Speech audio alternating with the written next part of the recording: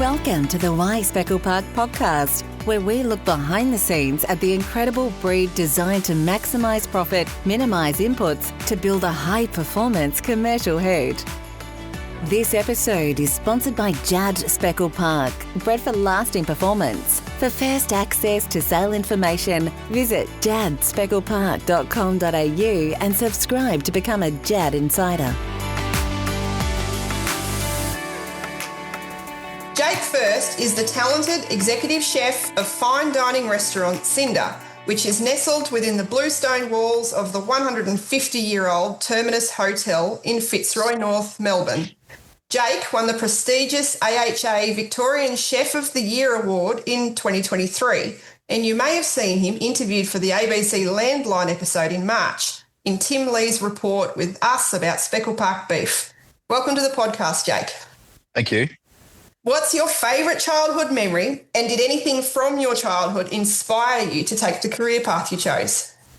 Well, I was nearly forced into it. So when I grew up, my mum and dad had a catering business back in Albury-Wodonga. So every weekend they'd be doing extra jobs, weeknight ones as well. So from pigs on the spit and buffets, all that, nothing fancy. But like I said, me and my brothers and stuff were sort of head first straight into it. So I remember 4 years old washing dishes for a function of 400 people that they did. For the Lions Club and bits and pieces like that. So, yeah, being exposed to it early sort of gave me an excuse to get out of Albury and a path to choose. So, yeah, like I said, Albury's a small town and, yeah, I wanted out. So this was the perfect opportunity for me. And like I said, the head start that they gave me and how to work hard and do the job sort of made me in Melbourne. So that's the biggest one for me. At the age of 18, you ventured to Melbourne to begin an apprenticeship. Can you tell us about that journey? I was forced to finish school by my mum and dad, so which was good, probably a good choice. And then cruised around Wodonga for a little bit. Then I got a bit of a kick up my ass from dad, saying get out there, get a job. And so I was like, you know what, I'll show you. I'm going to Melbourne. So I got the first interview that I did. I got the first job. So it was at Toofy's in Carlton. So moved straight down, got the job, moved down 3 or 4 days later. I was living in my auntie's shed in Altona, like a little garage. So I stayed there for a little bit. So yeah, Toofy's was like a one-hat seafood restaurant. So owner, head chef, owner, operator out the front as well. So super tricky. They were super passionate. Won best seafood in Victoria and I think it was Australia. So one chef out as well. They were really good. Then did 2.5 years there, then finished my apprenticeship at the Point in Albert Park, where, like I said, I went from one to the complete opposite. So seafood, then to steak. So one of the best steak restaurants in Melbourne. So we had dry edges there, up to 20 steaks on the menu. Yeah, it was really good learning experience. We started there on cold larder. Then within a month or two, I was cooking the grill, which was unheard of. And it was sort of pushed me in that direction of, like I said, I was really lucky in those both jobs to work with some of the best produce ever. And like I said, a little country boy moving Wodonga to the city, I thought tuna come in a can. So when I saw the first fresh bit of tuna at Toofy's, I was like, what's this? So it sort of sparked everything. And like I said, just always on that journey to use and experience some of the best projects not in Australia, but the world as well. So it was pretty exciting. So while you are head chef at Cinder restaurant now, that is only part of what you do. Can you please explain your broader role with Kick On Group and what that entails and perhaps the journey that's got you to where you are now? Yeah, so I wear a fair few hats in Kick On Group. So lucky enough to be an owner of Kick On Group and some of the venues that we have all the way up to the coast, to Townsville and down the southeast coast. But yeah, culinary director, COO, so chief of operations for front of house as well. I wear the head chef hat here at Cinder, but I do have a really, really good head chef in venue that looks after the pub in here as well. And yeah, I'll just in from designing menus, running staff. We go to Dubai to get chefs. So I'm overseas a lot of the time to get some staff and sponsor them to bring them back. We have 180 chefs in the group now, which is pretty crazy. But yeah, also, like I said, chief of operations for the group. So as one of the directors, we make the calls on new venues, redoing venues. We sat in this room just after COVID. It used to just be an old dining room for the hotel. And we sat here and we was like, well, coming out of COVID, we need a change. We need to have a real crack. So yeah, being involved in those decisions as well is a big part of my role. So bring new product and new sort of ideas to the group. Yeah, it's pretty full on. I love it. But yeah, it never stops. But like I said, I'll always be a chef. No matter what other role they push me into, I'm always a chef. So just one that's juggling an awful lot of balls. Yeah, they're all up in the air at the minute. They'll land soon enough. What do you believe has been key to your career progression and success in what is a notoriously competitive industry? I learned from an early age never to say no to anything or an opportunity. I used to be really shy. I'd shy away from like this landline thing. 10 years ago, I would have said no. But doing that, learning and growing as a person and as a chef is the key. Like I said, just taking every opportunity. Sometimes you fall over, sometimes you'll get straight back up. But yeah, not saying no to anything has been the biggest thing for me, and trying to experience everything. And like I said, when you say yes to a lot of things that they do pile up, but you always learn something, you always get something out of it. So that's been the key for me. And just like I said, it's grown all the way through from, I've been with my business partners now for on and off for 12 to 13 years through pubs. Like we're in the pub group now. We have some restaurants and a Latin American restaurant in Collingwood as well. So yeah, we just not saying no is a big one. I understand you have a particular love of all things steak, from dry aging to charcoal cooking, and you have up to 22 different types of steak on the menu at Cinder. What is it about steak that has your favour? I think when I moved from Two Fees to the Point in Albert Park, like I've never worked with beef before. Like the steaks I used to have at home were either pink or done from mum. And they were always well done. You're just like, what is this? But going there and learning about different cuts and seeing the animal and, like I said, learning what work goes into it before it comes to us has really inspired me to, like I said, treat it properly and cook it right. And that's where we sort of got the idea of putting the Josper grills in, cooking over charcoal. I've got a younger brother who's a chef as well, really super talented. And we have massive cooks up at Christmas and Sunday lunches and stuff. So yeah, having the beef there and trying different things, and the idea of having we got a 60-seat restaurant, 22 steaks on the menu is madness. But it was a way of tackling price increases and buying right as well. And like I said, once we found our groove, and we spent a lot of time with suppliers and doing bits of different things with them. But like I said, having the opportunity to chop and change when we can, when prices go up or something good comes along. Usually you're changing the menu every 3 months seasonally. But yeah, having the 22 steaks on here, like I said, it's a game changer here because you can come here 2 or 3 times a week, experience something different and something interesting. Like we have a baseline steak at $50, but we have a steak on there for $400 as well. And when the supplier rings and he's got some A5 Wagyu from Japan, we can say yes because we know that people are going to buy it and people expect that now. So it's been pretty good. Just stepping back, you mentioned earlier COVID. Obviously, that was a massive challenge for everybody in the hospitality industry. How did you get through that period? So we bought the Terminus Hotel December 2019. So it was 3 months before it all went pear-shaped. About the week before we all started getting shut down in Vic, we bought the Collective in Palm Beach. And we had another pub in Brisbane as well. And we're just like, what have we done? And we're sitting in this room. First couple of weeks, we drank all the beer that was in the lines and in the pubs. And then we turned it, like we were sitting in the front bar and we covered the whole craft bar and ideas and paperwork and how we're going to come out of COVID better, stronger. Because we knew it was eventually going to end, but we're either going to, like, we can go broke either way. We can go broke just doing nothing or go broke having a real crack and being ready for when people want to come out. Because we all had families that were stuck at home and they couldn't handle it and they wanted to be out and about. And like I said, we knew as soon as those restrictions come off, it would be full. So we redid the dining room, put the Josper grill in, redid the pub side. And I remember we would start at 6 in the morning. We won't finish till midnight because the amount of people coming through and the set times and bits and pieces like that, we just had to stand there and we knew people wanted to come out and we knew we had a responsibility to serve them as well. So me and the boys in the kitchen just sat there and grinded it all out. And like I said, we've come out on the other side of it, better, stronger, and in a really good position. And to go from 2 venues in 2019 to 13, nearly 18 in a couple of months in 3 or 4 or 5 years is pretty crazy. So it's wild. It's wild. It's crazy. That's what it is. And like I said, they're not close together. So picture one end of Australia to the other.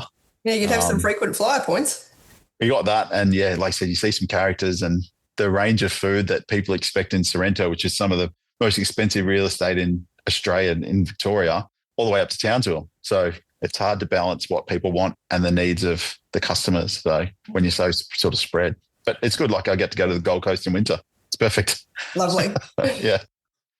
Over your years in food service, what observations have you made about beef quality, beef brands and beef's position in the protein market? I remember starting in the pubs and like I said, you wouldn't worry about brands or grass or grain fed. It was all price focused. Townsville up north, we have a joke that they tell if the steak's good by the sharpness of the knife, because if they can cut it, they think it's tender. So they've made a call on it before they put it in their mouth. But yeah, like I said, down in Vic, we put a lot of work in. The Terminus was always known for their steak. So we put a lot of work in with Flinders and Co. and Greenhams. So we use all the branded products through there, and people do care about it. And if you can tell a story about it, they will pay the price for it as well. So Flinders do a whole carbon neutral thing. So we gave them access to the pub to advertise a bit of that, menu boards and branded information where the beef's coming from. People like to know where it's coming from and what's happening, especially when they're paying.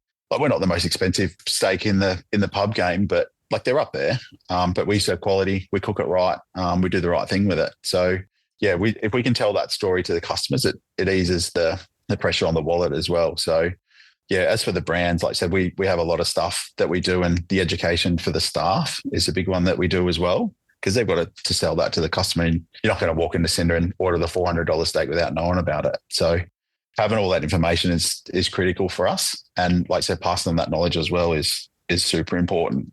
And like I said, the brands and the work that people do in the background definitely helps us with that. Have there been any trends or changes over the years in relation to how beef sits as a protein on restaurant menus compared to other options? It's always been steak focused here in Cinder. And like I said, we started with 6 steaks and just going through the motions and just doing bits and pieces like that. But then one day it was like, oh, there's a Robbins Island Wagyu there on special. Let's get it and see what happens. And we're talking $140 a kilo beat of beef. And then we sold it in the first night, like 4 kilos of it. And we're just like, oh, and then we tried a little bit further. And we found that people that they want to experience different stuff. It's not that they're going to order it every day. But yeah, the trends in the beef, like I said, we see a lot of Wagyu, a lot of Japanese Wagyu go through. There's a lot of people that like showing off in front of their mates when they order it as well. We've experienced a bit of that. But like I said, the trends, like it's probably the grass-fed stuff has been a big one for me. Like, there's a lot of people that want to eat clean. We had a massive push with vegan and veggie stuff through the pubs it lasted probably 4 months, but then it all switched to sort of clean eating. So when it comes through and you can tell that story about the beef and all that sort of stuff with it definitely helps as well. So yeah, the clean eating is probably the biggest one that's coming through now for us. There you go. Can you provide some background about how you came to sample Speckle Park beef in late 2024? Yeah, so it started with a phone call. We have a head office, a sales team that monitor all the calls and book functions and stuff. And we had Paul Guy, and the girls rang me straight away. So we've got this guy, he wants to do a function and wants to bring his own beef in. He wants all the stuff that we don't do. And I was like, well, I can't have him bringing a cow off the paddock at home and bits and pieces on. And I left it for a week. Then he called again. And I was like, well, I'll bring this guy back. And I started chatting with him, and just the passion that he has sort of got me excited for it all. And I was like, well, we'll give this a crack and go through. I did a little bit of research, and then 50 phone calls later in 2 weeks, he's showing up with beef and driving from, I think he lives near Wangaratta there, and driving down to Melbourne to talk to me about it, look at the room and go through it all. And like I said, we just kept in contact and going through it all. And then he rang me with, like I said, which I found out just before that was your beef. And he goes, I've got these, I can give you a whole cow. And I was like, that sounds pretty cool. Not knowing what comes in the whole thing when it starts rolling through the door. But yeah, when he come in with that, and like I said, we had the 2 halves there and going through it. And like I said, it was exciting to see what it sort of looks like when it all comes in whole, because we've only dealt with like argies and bits and pieces like that before, some bone-in stuff. We have a bandsaw here to portion it, but seeing a whole cow come in and get laid out through the whole restaurant, because like he just keeps coming through the door, was pretty exciting. And like I said, it gave the boys a bit of a push as well, because they don't want us to be sitting there flipping steaks all day or flipping burgers on the pub side. They want to see new stuff and get excited as well. So we had guys coming in their days off to help process it and look through it and try it as well. And like I said, we loaded some cuts into the dry jar, which was pretty exciting. And like I said, when it all started coming out, we actually cooked up the butt tender out of part of the rump, I think it was.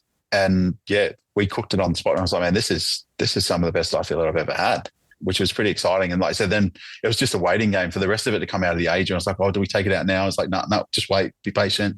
So yeah, it's been a pretty cool journey, just seeing it come in. But like I said, having the support, like especially your guys' beef and the work that you guys put into it. But Paul, on the other hand, like you said, just the passion that he brings to it is, I've never seen anything like it. And like I said, if it wasn't for him, it probably wouldn't be in the restaurant. So he's so much energy and like a dog with a bone. And the knowledge he has to come, like I couldn't even take it all in. And every day, like I've heard the stories 50 times already, and I'm still taking in new bits. I don't know how it processes it all. It's crazy. So as you say, those first two sides of Speckle Park came from our place. So although we haven't met in person other than here today, you have worked with our beef. If you were to detail a little more, what were your first impressions about that Speckle Park beef? When it's like I said, we were overwhelmed when it come in. Obviously, seeing the whole cow come in and being laid out on the benches and trying to rush to get it into the cool rooms and put it where it needs to be and portion it so it fits in the dry ager. I said, as we were doing it and we're working with the beef as well, and you can feel the fat melting in your hands. And Paul was like, yes, that's the low fat melting point and all that sort of stuff. And as you're working with it, you sort of everything that he's talking in the background and all that stuff was working through as well. But like I said, we saw some of the marble through, I think it was the grain-fed half. It looked exceptional. And like I said, when you start looking at that, you get carried away. Then we sort of forgot about the grass-fed one for a bit, and we hung that in the ager as, I think as the RG, and let it sit there. And then as those bits started coming out, we're just like, man, this is incredible. Like the texture, the flavour was the big one for me. Like usually you have the eye fillet, it's tender, it's nothing. But the flavour coming out of that was exceptional. And we're just like, oh, sure, this is not a one-off. And like I said, when we tried the grain-fed one, and Marius made some, he cured down the Dorellos and air-dried them as well, made some Brasola. That was incredible. And yeah, then when the rib sets come out was the real game changer as well out of the ager. We didn't take them too long, like too far in the ager. But like I said, we didn't want to compromise the flavour of it on the first one. So we had that. And like I said, the texture, the fat, like I said, when you're working with beef, especially like a high score Wagyu, like an A5, it melts in your hand, get all greasy, and the beef sort of moves around, but it was still firm. The fat was still melting. And like I said, it just, as we portioned it was just like, it was super exciting to see what was coming out and the stories that Paul was telling us come to life as well on what to expect. Because like I said, when someone comes in and sells you, we get sold stuff all the time. And until you see it and taste it, like I said, it's really refreshing when someone hasn't conned you all the way through. So yeah. It was really good. And as beef producers, I know we're not particularly good at selling ourselves. So it's lovely when you've got a product that does it for you. Yes, exactly. Makes it a little bit easier, doesn't it? What differences did you notice between the grass-fed and the grain-fed? Well, obviously the colour and the marbling on the grain, but yeah, the texture of the grass-fed one, like I said, was super soft. The fat had a different taste. It takes it like a pretty experienced tongue to taste that. But we sat there and we cleaned everything down. We did it and it was like, oh, let's do this properly. And we went through each one, taking notes on it all, like I said, from the fresh product to the dry age one as well. And, I wish I had more because, like I said, once you get into it and you start tasting it, actually, what about this? What about that? And, yeah, having more people in the room would have helped as well. But it was me, the head chef. Paul had tried some of it as well. And then I think I'm pretty sure it was your stuff in the landline one that we dry aged as well. So pulling that out, that was quite rushed when we were portioning that grass-fed RG. But sitting on the bench and taking the photo, you could see it changing on the block because we had the fire going and all that sort of stuff. And I was like, well, you're touching it and you're feeling it. And it's just, yeah, it was pretty exciting to get into it. And I said, have it all caught on camera as well was pretty good. Yeah. The meat research we did through the University of Newcastle, that professor's worked with multiple breeds of cattle and one of the animals in particular that he sampled for fat melting point, it had the lowest temperature of anything he's ever had in that lab. Yeah. Well, we were touching it and it's like you can see the beef changing and glistening up just on the block as they were taking photos. And I was like, we need to probably get this back in the fridge soon before it's all gone. But yeah, it was pretty cool. Marius made some beef fat chimichurri out of some of the fat as well. It was incredible. So he rendered it all down and made the chimichurri to go with some of the steaks. It was pretty good. Yum. I'm getting hungry now. Yeah. So you have worked with more Speckle Park bodies since those first two halves that you got from us. Can you detail a little more about the uniqueness of the product compared to other beef? Grass-fed beef down here is a little bit harder to get. So we're dealing with like Bass Strait and a couple other ones and Vintage Beefco. So their program they run, they have certain things that has to be grass-fed, has to be a certain age. So it can be quite inconsistent, but not saying the product's bad, but you don't know what you're getting each time.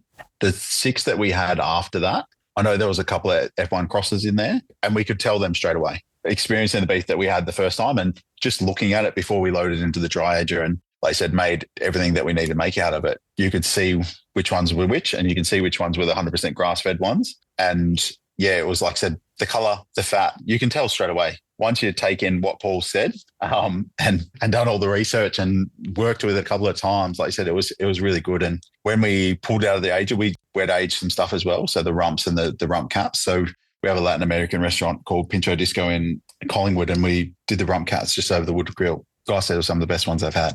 There was, like I said, it takes a lot for the chefs to trust it as well. So having it all there and testing it with them and being there with them and having Paul there to guide them through it was very helpful as well.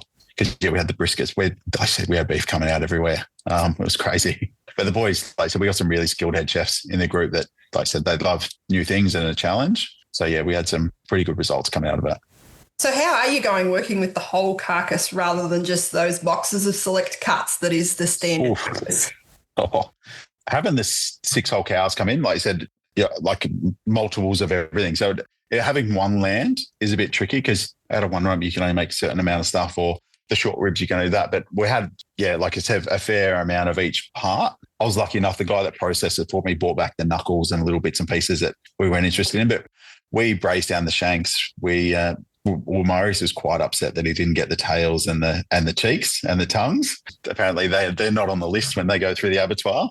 But other than that, like I said, the guys used it up pretty quick. And yeah, like I said, when you can make a dish and run it for a week, like we were expecting to hang on to that beef for maybe up to 6 weeks, but to sell it all out. And like I said, when it started coming out of the dry age, I got 5 or 6 dry ages of Pincho, and we had all the short loins in there. And I was like, I'll just go get one. We'll see how it goes. And we cut it up and so, and this looks like we ate one. We always eat one before we put it on the menu, just because we like beef, but to make sure the quality's there. And like I said, answer any questions or call out any customer feedback that comes through as well, just so we're all on the same page. And we sliced that first one up, and the boys rang me, man, we've sold this. Can go get the rest of them. So the next day I did 3. Boom, all gone. I was like, all right, just pull them all down. Let's do them all. Because it's a big job moving them, setting up the bandsaw, cutting it, cleaning down the bandsaw. So we just did them all. And like I said, it was gone in 6 or 7 days. It was pretty crazy. And like I said, most of it come off the back of that landline thing. We had people walking in off the street. Oh, do you have any left? This, that. I was like, man, you got to make a booking at least.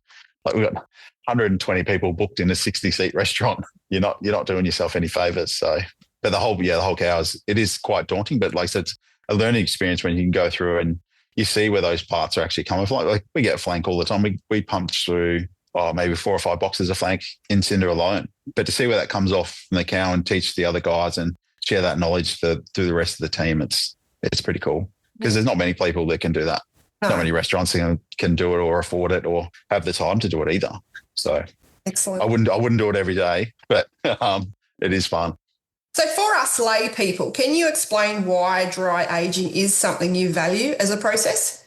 Yeah, so I was always taught we had a dry ager at the point. First thing I was like, I remember walking past it every day. I was like, well, how long is that going to be in there for? Like, isn't it going to go off? And it's like, yeah, it is going off. Like the chef goes, it is going off, but in a controlled manner. So it's breaking down that beef, drawing moisture out. So picture like reducing a sauce. When you're taking the water content out of something, the flavour intensifies, the textures change and all that sort of stuff as well. So usually you wouldn't be putting something as good as Speckle Park or anything really good in there for too long because usually that product's pretty good before it goes in. But you can take a cheaper or a cheaper brand or a cheaper or lower quality steak and turn it into something really good. It's a unique flavour that it produces if you take it too long, and 90% of the people don't like that. So we aim between 28 days and 40, depending what the cut is. Like we get bone-in Robbins Island rumps. We take them to 40 days, but the strips and bits and pieces 28, 34 days. I think the Argy was in there for 31 or 32 days. And it was pretty good. We covered the tenderloin in the back in tallow so we wouldn't lose it because you lose and typically you use them probably 20% in weight. So it becomes quite expensive as well when you do it. But yeah, like I said, to turn something, intensify the flavour, break down so it's a little bit more tender and get that sort of that flavour through it as well. That's why we do it. And like I said, it's a showpiece in the kitchen as well. Like when you walk into Cinder, it's just there on the left. We only got one. But when you see the beef, there's so many people that take photos with it, ask questions, and it gets them excited before they even see the menu. So definitely. Where do you see a place for Speckle Park beef in food service? All the research and stuff that you've done and the omega-3s and like everyone's always after a good news story and to eat healthier and have stuff that's better for the environment, better for the farmers, better for the cows, better for everyone. And like I said, there's not many products on the market that tick the boxes that Speckle Park are ticking at the moment. And like I said, as we spoke before, like usually you get all those things right, the product's actually not that good, but it's the opposite. Like it's like a full circle thing where you're ticking these boxes all the way, but you've ended up with a really nice product at the end. So having that explained to the customer, and like you said, it's better for everyone in the whole chain of events, is pretty special. And like I said, we should be doing a lot more of that, especially if we can find more products like that. So if it's cheaper to produce and better for the animal and all that sort of stuff, it's pretty good. And like I said, and they have a really good product at the end. It's unheard of. Usually when you have a product that's costs less than this and that, it's not a good product. Or you have a good product, usually the back end of that story isn't great. So like I said, what I've experienced with the beef so far, it's got a place. And it's exciting to use, and just the people coming out of the woodwork from this, the landline thing is wild. Like I had a mate that I went to school with. Like I haven't spoken to him in 20 years. We caught the bus together, and he sends me, Rick Mudd, his name is. He sends me a message saying, "Oh man, great thing on landline. We're a breeder." I was like, "Well, that's crazy." And like I said, the people coming in off the street talking about it, people sending me messages. I was like, "What's going on here?" I didn't know that many people watched ABC, but no, it's been really good. So yeah, like I said, why Speckle Park? Because like I said, there's interest in the product, and like I said, it's a good story, and it's a really, really good product. Which, like I said, usually those things don't line up. It's very rarely that they do. So, what feedback do you get from customers about the unique qualities and eating experience of Speckle Park beef? A lot of the people follow the story from the landline. Like I said, the fat melting point, the texture of the beef, the mouthfeel of the beef. Like I said, when you educate someone, it helps them highlight the qualities in the product or whatever they're eating. So, yeah, like I said, we get the run-of-the-mill stuff, but the most of the one is the flavour of the beef and the price point that we can sell it at as well, because we bought it as a whole carcass weight price. Usually there's a lot of people that clip the ticket all the way through. So we'd be able to deliver that product, and the value for money that they had for it as well was really good. So other than that, it was the flavour and the fat. And like I said, the more we can talk to them about the omega-3s and all that sort of stuff as well, it'll be better. Like I said, there was so much information thrown me from Paul that I've only got a couple of maybe 30 seconds with every table that I talk to without interrupting the dinner. But like I said, the feedback has been really good. That's great. Yeah. We have seen a growing trend around beef being branded by breed, with two leaders in that space being Wagyu and Angus. What are your thoughts around that? Just going through, I'm just rattling through the brands that we done. There's a couple there that are branded by breed. I know a lot of customers don't really take much notice of that. They're looking at the marble scores, if it's grass or grain fed, bits and pieces like that. So I don't think it's a massive deal of, like I said, the breed of the cow. It comes down to what they're sort of paying for. And like I said, they're looking at the marble score. We have a lot of people over in the pub, especially the pub side, asking where it's from, grass or grain. They're not really focusing on the actual brand of it. We have a couple of people that come through, and like I said, we have a lot of Wagyu on the menu in Cinder, but people are always asking where it's from because they're interested in, obviously, the Robbins Island one. We get a lot of the Altair stuff, the grass-fed Wagyu out of Gippsland as well. Like I said, the location of the stuff has been more of a highlight for people, I think, especially with us, like just speaking to customers. But yeah, that's all. I haven't really got much on that one. Oh, that's interesting, though, that they're more interested in that production system. Yeah. Provenance. Yep, exactly. And yeah, it's like I said, we have a big focus in Queensland. One of our pub's motto is "We are Queensland," and people come to the Plough Hotel because it's a big Queenslander pub. So we try to focus all our beef from Queensland and bits and pieces like that as well. And people, always asking the question, "Where's this from? Where's this from? What are you doing with this one?" And yeah, like I said, the breed of it, it's still in there, but not as heavily focused as like I said, the provenance. We have heard multiple times from different restaurant chefs and meat distributors that consumers are keen for something new and different. Is that your experience? If so, can Speckle Park be that new and different? Oh, it has been already for us. Like I said, we had, from that landline thing, we had people that people driving across from like Mornington and stuff like that, like an hour drive to come to the restaurant on a Wednesday night to try it. People are interested in new things and trying new things, especially if there's a story behind it. A good news story behind it. That's what people want. And like I said, yeah, it has definitely been the new and it thing here. Fantastic. I wish we had more. I wish we had more story to take more cows, but we're getting there with that. But yeah, there's definitely a place for Speckle Park as that new thing. And speaking to the boys from Speckle Park International, and like I said, they're keen to give it the right run that it deserves. And like I said, I think everything in the background's working towards, like I said, that refresh of Speckle Park and telling the proper story of it. So, and I think, like I said, the demand's there for people. because people want to try it, people want to experience it. And like I said, obviously chefs want to cook it as well. Like I said, you got interest from the guys in Sydney. The boys here are screaming out for more, and the customers come in, and we've had other people, and we had John Weekly. He happens to be one of our landlords at the pub in Flemington, the new one that we bought. And his son come in. Yeah, his son come in through the other day and he bought some wine from Cinder. And I just started talking to him. He goes, okay, yeah, we have Speckle Park and this and that. And I was like, oh, let's get me some. How good would it be to serve your beef at the pub that you own when we reopen it in 3 months' time? For those who don't know, John Weekly is the principal of Miram Speckle Park. From the feedback you've had, how important is marbling in beef? What other traits are important indicators of eating quality? The marbling is a good one to explain it to the customers. Some of the grading systems in other beef brands, some of them I don't believe in. It's a bit tricky.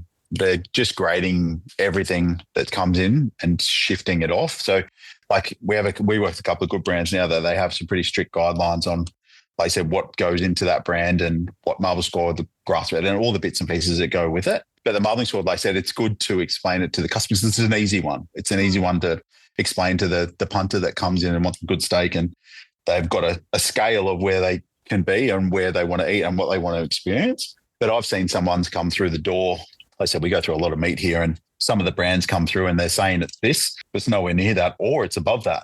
It's pretty crazy. But we go off a lot of the colour of the beef. Like you said, as soon as you see it and as soon as you open the packet, you can sometimes tell if it's going to be good or bad.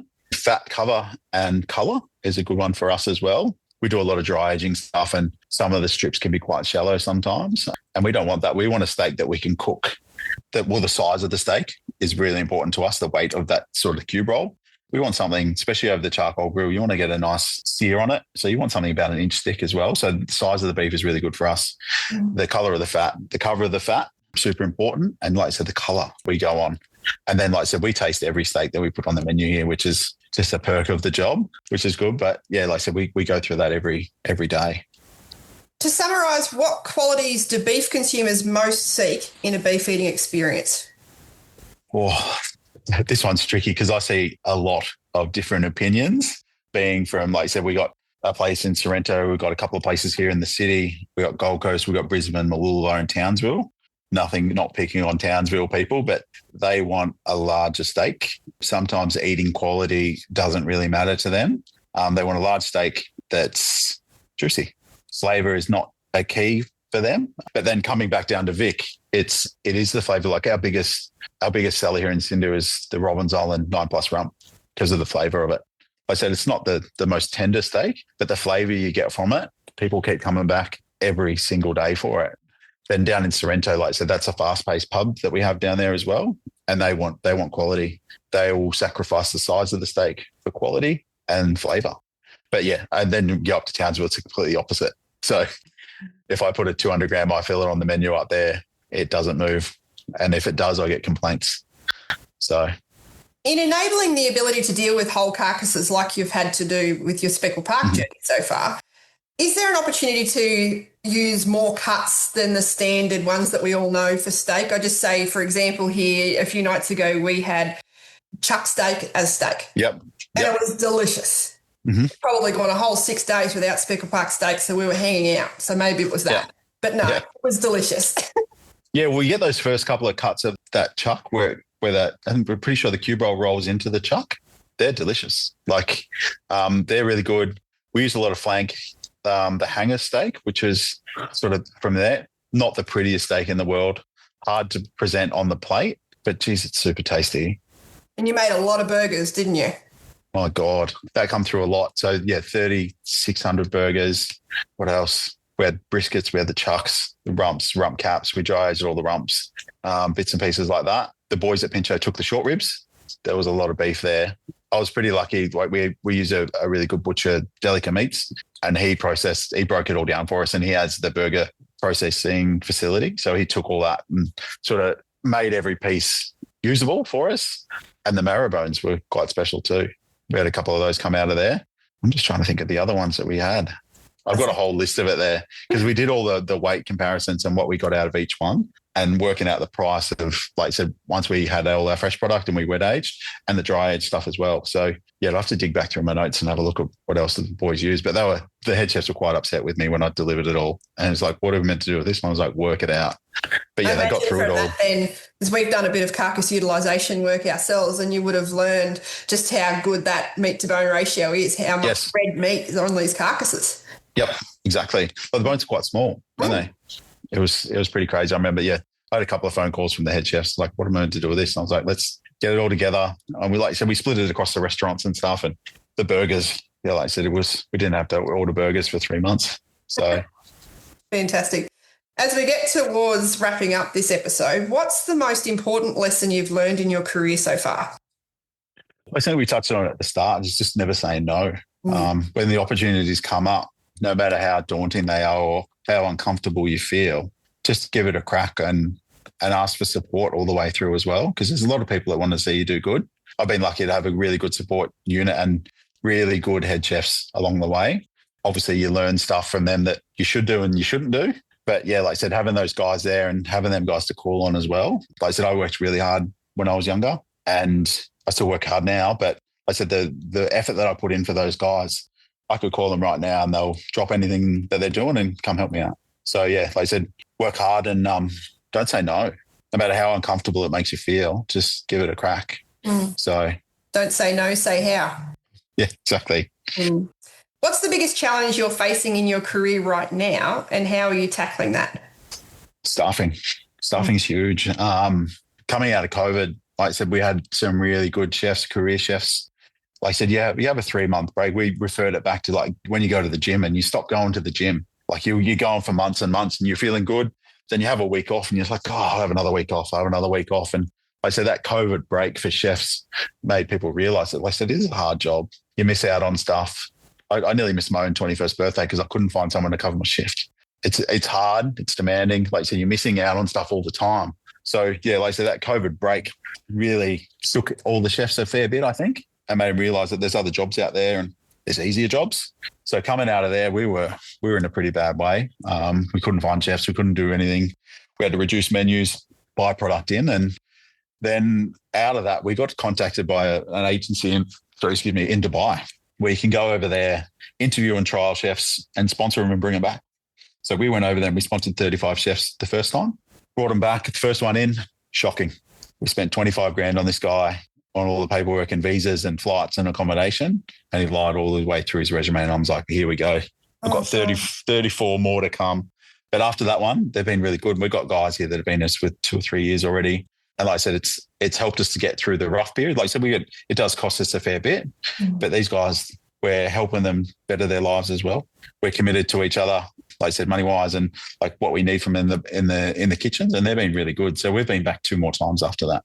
So we've sponsored, I don't even know how many now, but we've got them because like I said, we've got some really tricky areas being spread out. So Townsville is one for us. Who wants to cook when it's 40 degrees outside? It's quite horrendous up there, but that sponsorship program's helped us out there. The Gold Coast as well. We had chefs showing up late for work because the surf was good and they didn't want to come. So that's helped us there. And Sorrento as well. Like I said, we have a joke down there that if you live in Sorrento, you don't have to work because you got the money. And if you want to work in Sorrento, you can't afford to live there. So yeah, we ship a lot of guys into there as well to help us out because that restaurant can peak at $1 million in food a week, then in winter come back down to 60 grand. So it's the peaks and troughs there are pretty crazy. But like I said, having the teams there that support us and that they're there to better their lives and help us out. And like I said, we'll do anything for those guys as well. So it's a 2-way street for that. So there's staffing one. And like I said, that's how we've overcome it so far. But there's new laws coming in and different pay grades and all that sort of stuff that the government are changing. So it's making it more expensive and harder to do that, which is going to hurt us a fair bit because we got plans to get another 10 venues and we need the staff to do that. Yeah. So super tricky. I'm sure every industry has that same problem. That juggling. And we're lucky. Yeah, we're lucky enough to have this avenue to call on. So, but it's just time. It's time and money for those ones because I can interview a guy today, but he won't show up for 6 months. Mm-hmm. Okay. So once he gets through his visa process and everything else, yeah, it's super tricky. Who has been your most important professional mentor? I've got a couple. Like I said, I've had some really good head chefs through the journey. Michael Conrad at Toofy's, Scott Pickett at The Point, and Gabriel Martin from, I work with him at French Brasserie and a couple of little restaurants. I've learned some really good stuff from those guys. Like Michael was the owner-operator of Toofy's. He taught me how to, like I said, be organised, work hard, because it was a small team. It was him and I was a first-year apprentice, and we had another first-year apprentice, and we were holding down some of the best seafood in Victoria.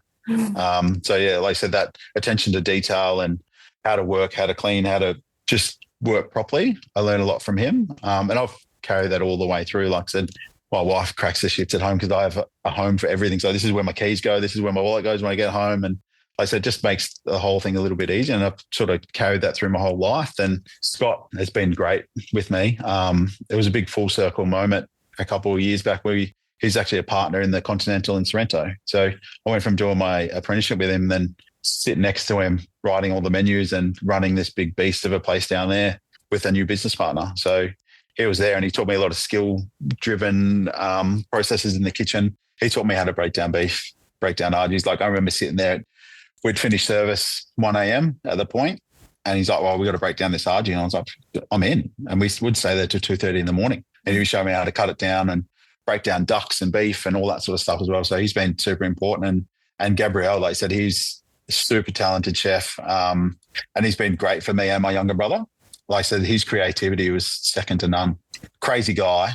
But like I said, he taught us to look outside the square and different pairings, different way to do things. It's a different way of thinking on stuff rather than just the traditional way. So those three guys have been, like I said, the key for me. Brilliant. And like I said, they've been unreal.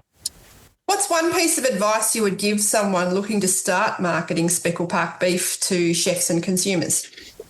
Let Paul do it. Like I said, no, he's been, like I said, you just got to get in front of the right people at the right times, and sometimes just let the product do the talking. Like I said, I had a lot of patience with Paul, and I was like, is this guy for real? Like, I don't, like, some of this stuff has to be true. And if half of it's true, it's going to be a good product. And then, like I said, when he come through the door with it and the support he gave with the product has made it, because I could have easily, along the way, I was like, man, this is too hard. Stop calling me, block his number, or just stop the whole process. But his relentlessness and just pursuit to get it in through the door was second to none. Like I said, we've got it through the door and just started trialing and testing, and the support along the way has been incredible. And yeah, like I said, getting the product in front of the right people is the key, which, like I said, sounds like you're doing that already. What is your favourite quote and why? I got this one from Gabrielle. He used to say, each one teach one. So it's super important that we pass the knowledge down to the next guys. So each person should be teaching the next person. So the knowledge and the skill and everything else doesn't get lost. Because we've seen, like I said, during COVID, we had a lot of good chefs leave, and with prices going up and wages going up, there's some efficiencies we need to make. So passing on that knowledge and pulling the next person up is super important to me. I try to teach the guys here as much as I can. Like I said, I've been lucky enough to have some really good chefs along the way to what they teach you what to do and what not to do. Like I said, I've seen some pretty crazy stuff in the kitchens as well. And like I said, you take those learnings and it's like, well, I'm not going to be that person. I'm not going to do that to that person. But on the other hand, you see that the stuff that you can pass on and the engagement you get from the chefs when you do that is pretty special to me as well. And like I said, if I can pass a little bit of that on, I've done my job. Well done. It sounds like you've got a great culture there. And yeah, we do a lot with that as a group. We look after our people, we look after our customers, because like I said, the pubs are somewhere for the community. We see it. And like I said, we can provide really good food and really good product. Those pubs will stand the test of time, because we've seen the drinking crowd decrease. And like I said, we've taken this pub here from doing 30, 40 grand in food a week to 100, 110, 120. It's crazy. The amount of food that comes through this corner pub and the amount of beef and everything else that we do is wild. And we've just seen that sort of the food. We've done a lot of work, like I said, at every pub that we have to get that food trade and get it really nice, and the customers and the service perfect. And we can see we used to be at 70-30, like bev food. We're at 50-50 now, and it's still creeping up. So people want to come out and, like I said, try new things, try new beef, but it needs to be a good, attractive price point. And like I said, that mix that we have with the casual service at the pub, but the high quality food is working really well. Well, thank you so much, Jake, for joining on the Speckle Park podcast. That's all right. Thanks for having me. Yeah, it's been great just going through and obviously getting to know you a little more and getting a better understanding for your link in the chain, ultimately. Yep. Thank you. Yeah, thank you very much. That's all right. Well, hopefully I see you down in Cinder soon. Yes, I do too, actually. Yeah. Just this chat's made me awfully hungry. Got to come with some Speckle Park and an esky again, hey? Yeah, definitely bring it down. We won't tell anyone where it come from. And we'll just have a little feast in the PDR. Good stuff.